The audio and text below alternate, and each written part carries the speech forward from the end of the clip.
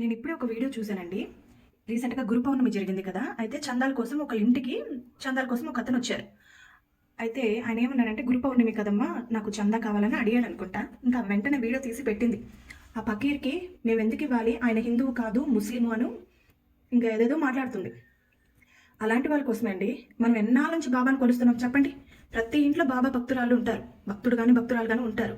బాబా ముస్లిం అని బాబా చెప్పాడా? ముస్లిం అని చెప్పాడా? ఆయన చరిత్ర కూడా ఒకసారి చూడండి.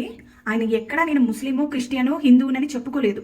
అక్కడున్న జనాలు వాళ్ళకి ఆ రూపంలో కనపడుతున్నాడు.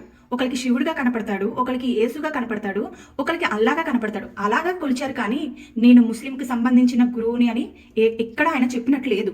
ఎందుకంటే అలా మాట్లాడతారు? హిందువులు కొలిచే విష్ణుమూర్తికి ఎన్ని అవతారాలు ఉంటాయండి?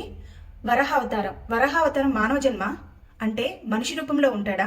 అంటే జంతువు రూపంలో ఉన్నాడు కాబట్టి జంతువులే కొలవాలా? హనుమాన్ రూపం చెప్పండి, మనిషి రూపం కనిపించటం లేదు కదా, మరి హనుమాన్ని కొలవటం లేదా? అల్లా వేరు, యేసు వేరు, హిందూ వేరు అని మనం కొట్టుకోవటమే కానీ వీళ్ళు ఏమి చెప్పరు.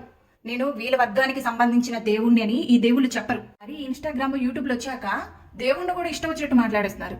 అన్ని చూస్తూ ఉంటాడు, జాగ్రత్త. నచ్చకపోతే బాబాని తిడతావు, యేసుని తిడతావు, రాముణ్ణి తిడతావు. రాముని కూడా తిట్టే వాళ్ళు ఉన్నారండి. ఏం మనుషులరా బాబు మీరు? అసలు దేవుణ్ణి తిట్టడం ఏంది? వీళ్ళందరూ మన కోసం వచ్చిన వాళ్ళు. రాముని తిట్టడం ఏంటి? రాముని కూడా అన్నారు ఆయన రాముడు అంటే దేవుడు అని, నేను దేవుడిని నేను మహిమలు చేస్తారు అంటే నన్ను నమ్మనని ఏ దేవుడు చెప్పుకోడు. వీడియో కింద బ్యాడ్ కామెంట్స్ పెట్టినా పర్వాలేదండి. యూట్యూబ్ ఇన్స్టాగ్రామ్ ఉంటే ఉంటుంది, లేకపోతే లేదు. కానీ నేను ఒకటే చెప్తున్నా, దేవుడు మాత్రం ఒక్కడే. మనం పెట్టుకున్నాం, నువ్వు ముస్లిము, నువ్వు క్రిస్టియను, నువ్వు హిందూ అని. దేవుళ్ళు చెప్పలే.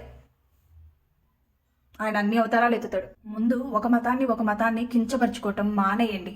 ఒక మతం మనల్ని తిట్టిద్ది, మనం వెళ్ళి వేరే వాళ్ళని తిడతాం. దేవుడా నాకు కష్టం వచ్చింది కాపాడు. అది యేసు అయినా, అల్లా అయినా, విష్ణు అయినా మొక్కుకోండి. ఒకడే కాబట్టి తీరుస్తాడు.